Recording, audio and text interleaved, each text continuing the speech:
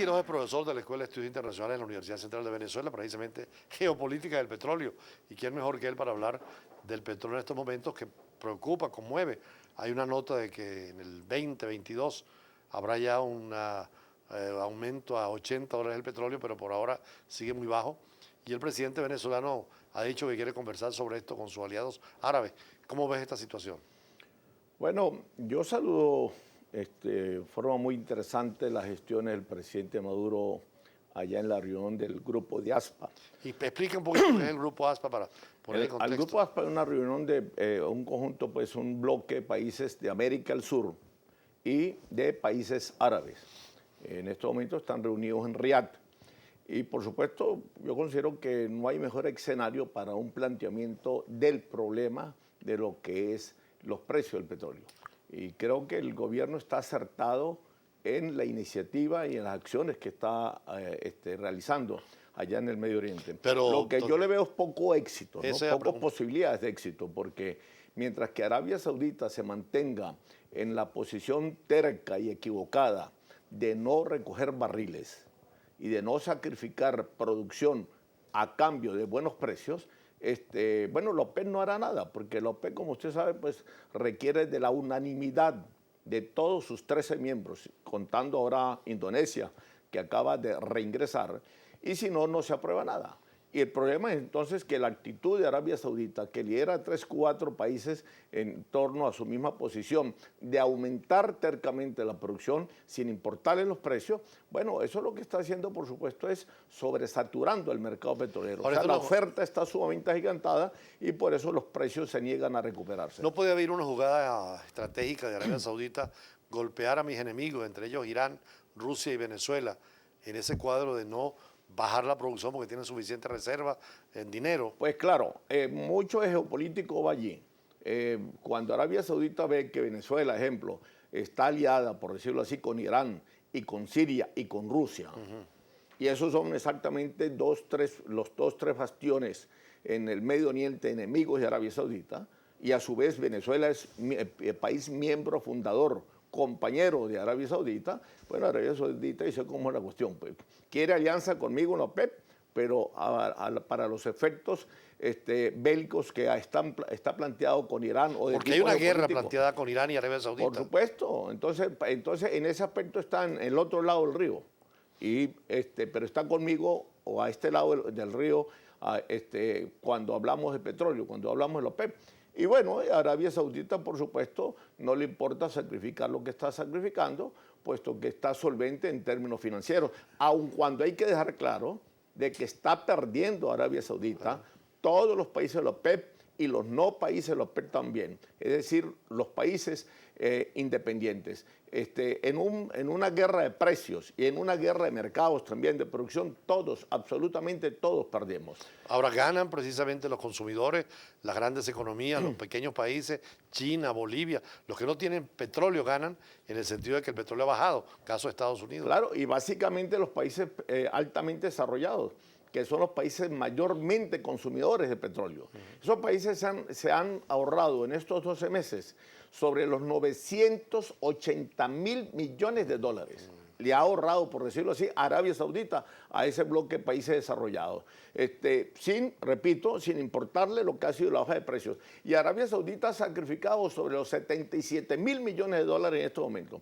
La OPEP ha dejado de percibir sobre los 800.000 millones de dólares. Es decir, que la OPEP está de espaldas al mercado gracias, por supuesto, a Arabia Saudita. La OPEP tiene la obligación histórica, por decirlo así, el deber de reencauzar exactamente sus objetivos para los cuales fue creada, que no es otra cosa que defender los precios. Si la OPEP en estos momentos no puede defender precios, se ve imposibilitada por las razones que sea, la OPEP no tiene razón de ser, no tiene razón su existencia hoy por hoy. Habría que cerrarla, diría yo, pues. Pero si la OPEP no defiende los precios, repito, que fue la filosofía, fue el argumento, fue el bastión, la columna principal que le dio origen a su nacimiento el 14 de septiembre de 1960, bueno, y va a sacrificar precios simplemente por abarcar mercados, es decir, por hacerle devoción al mercado petrolero y sin importar cuánto produce o abriendo grifos y cuántas válvulas encuentra para producir más y abastecer así el mercado mundial de los hidrocarburos en reticencia, por decirlo así, o más que en reticencia, contraviniendo, por supuesto, los precios del petróleo. Pues. Hace unos minutos estábamos en la recepción de la Embajada de Argelia, en el Country Club, y estaban, por supuesto, todos los embajadores de los países petroleros. Y uno de los cuestionamientos es que muchas veces en la OPEP esa riqueza tan grande, los países no las aprovechan, los gobiernos, en beneficio de sus pueblos. Sí, bueno, la mayoría de los países, o una buena parte de los países, no solamente la OPEP, sino fuera de la OPEP, tienden a no precisamente hacer buenas inversiones, o inversiones exactas en los sectores en que debe hacerlos y en las cantidades en que deben hacerse. Se dejan pasar los grandes auges de los precios petroleros y en vez de utilizar el petróleo, pues, o sea, sus ingresos petroleros en términos de seguridad, de salud, de educación, etcétera, etcétera, de desarrollo permanente, entonces se malbarata y se distraen precisamente en fiestas, en los festines de Baltasar que conocemos, y resulta que lo que hacemos es precisamente perder una materia prima tan esencial para el mundo industrializado hoy por hoy como lo es el petróleo. Pues. En cambio, esos países árabes que usted menciona, Arabia Saudita, Kuwait y Emiratos Árabes Unidos, han tenido unas grandes reservas, aprovecharon los buenos tiempos del petróleo y pueden soportar un poco más. Sí, algunos países árabes, no todos, pero sí algunos. Eso que usted mencionó, exactamente, se abocaron un poco a ahorrar recursos. Arabia Saudita ahorita con todo lo que ha dejado, con todo lo que ha perdido, pues tiene sobre los 750.000 millones de dólares de fondo y tiene unas reservas internacionales, estamos hablando de divisas, que sobrepasan los 170.000 millones de dólares. Qatar está igualmente solvente, Abu Dhabi, Kuwait, y bueno, pero el hecho es que lo que sobreviene al mercado petrolero son tiempos mucho más turbulentos en términos de precios. Ahora Venezuela... Porque va a seguir subiendo la producción ante un año que amenaza con disminuir el ritmo o la desaceleración del consumo y de la demanda petrolera. Además, el tema de Irán, ahora negociando con Estados Unidos y la Unión Europea, a lo mejor permite más ingresos de petróleo, con lo cual los precios seguirán bajando, ¿no? Por supuesto, porque en la medida en que se le desmonte las medidas que hay contra Irán, él va a abrir más la producción a los efectos de incorporarse a su producción pre-conflicto o pre-sanciones. Irak está en lo mismo. Irak aspira a incorporarse con 4 millones de barriles para el primer trimestre del próximo año, es decir, volver a su producción pre-guerra. Bueno, ahí estamos hablando más o menos unos 5 millones, 4 o 5 millones de barriles que se le van a incorporar al mercado a una sobreoferta que está más que sobresaturada. La sobreoferta petrolera ahorita pasa fácilmente sobre los 3 millones de barriles diarios. Y si se incorporan más o menos esos 4 durante el primer semestre, sin contar lo que pueda aportar Arabia Saudita igualmente y Estados Unidos, aun cuando sea su mercado interno, México también, Canadá también, Omán, Azerbaiyán. Entonces, bueno, estamos hablando, por supuesto, de un mercado que se asoma para el año 2016 con mucho más sobreoferta que la que en estos momentos hay. Además, con un cuadro geoeconómico también muy negativo, menos desarrollo, menos demanda de materias primas, crisis en China, la Europa occidental también cuestionada. Claro, que amenazan precisamente con disminuir el consumo petrolero y por consiguiente la demanda, frente como contraposición a un aumento de la producción y de la oferta petrolera. Así que los tiempos para el próximo año 2006 no son precisamente muy halagadores que digamos. Venezuela está en esa línea entonces, en la mira de que no habrá mejores precios y que hay que inventar otro modelo de desarrollo. Sí, bueno, se está viendo a ver cómo se hace, cómo se maneja eso dentro de la OPEP, porque la verdad es que la OPEP por sí sola tampoco hace nada. La OPEP podría en estos momentos hacer un recorte de 3 a 4 millones de barriles, pero si no hay un acuerdo con los grupos, con los países independientes, Claro. encabezados por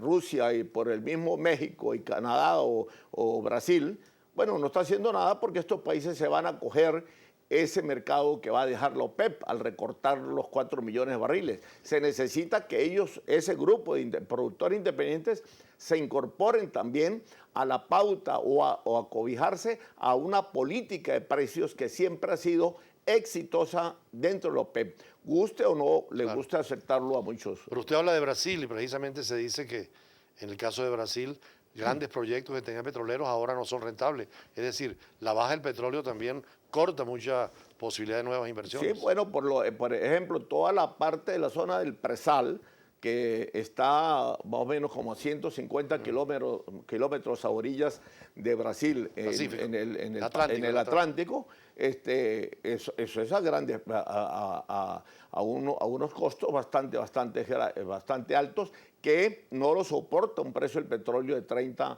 o a 40, un rango de 30 a 40 dólares.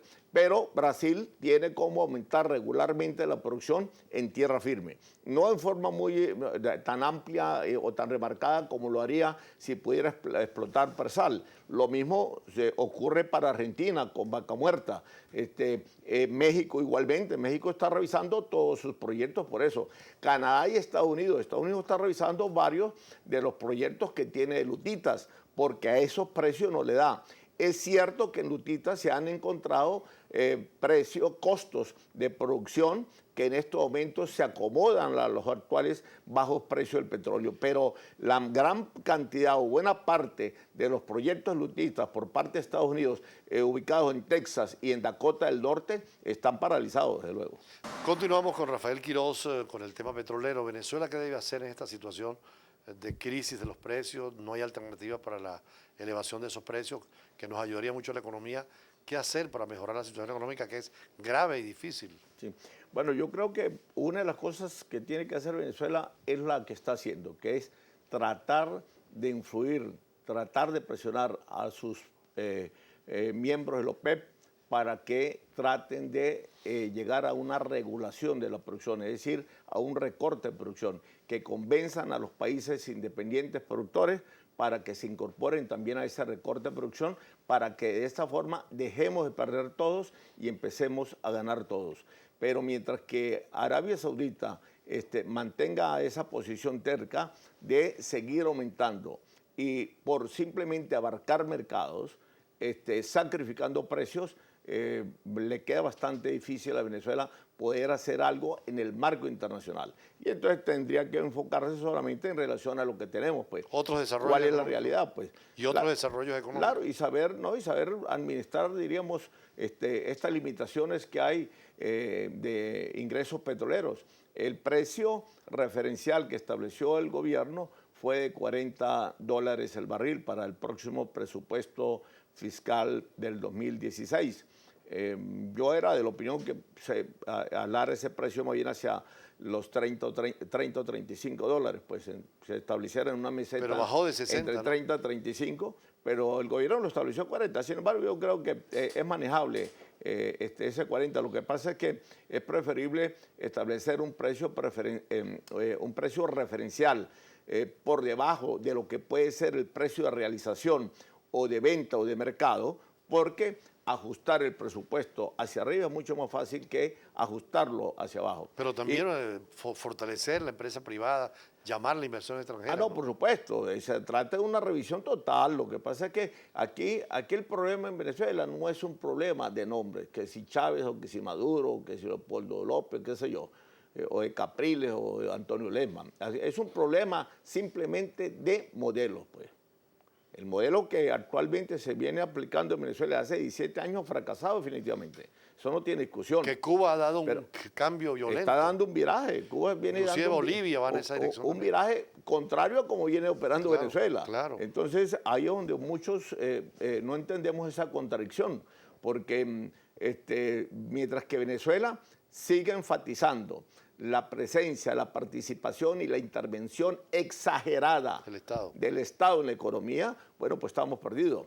Ojo, yo soy keynesiano como economista y yo estoy de acuerdo con que el Estado debe estar presente en la economía, debe intervenir en la economía y debe participar en la economía. Ejemplo, debe ser el propietario de la principal fuente de ingresos de Venezuela, que es la industria petrolera. Claro. Esto no puede estar en manos del sector privado, para nada, porque es el único sector, el petrolero, que puede ayudarle potencialmente a planificar al Estado venezolano una estrategia de desarrollo económico a mediano y largo plazo. Pero con una política más racional también. Claro, pero en esas empresas básicas, o sea, las empresas fundamentales como la industria petrolera, pero eso no quiere decir que el Estado tenga que ser dueño de todas las televisoras y de todas las radios, de panadería, y cuánta empresa Dios crió, y de los centrales azucareros y demás, pues. O sea, un Estado agigantado que viene siendo ineficiente porque no se concreta a lo que debe concretarse. Entonces, dejarle parte al sector privado, por supuesto fiscalizado por el Estado, porque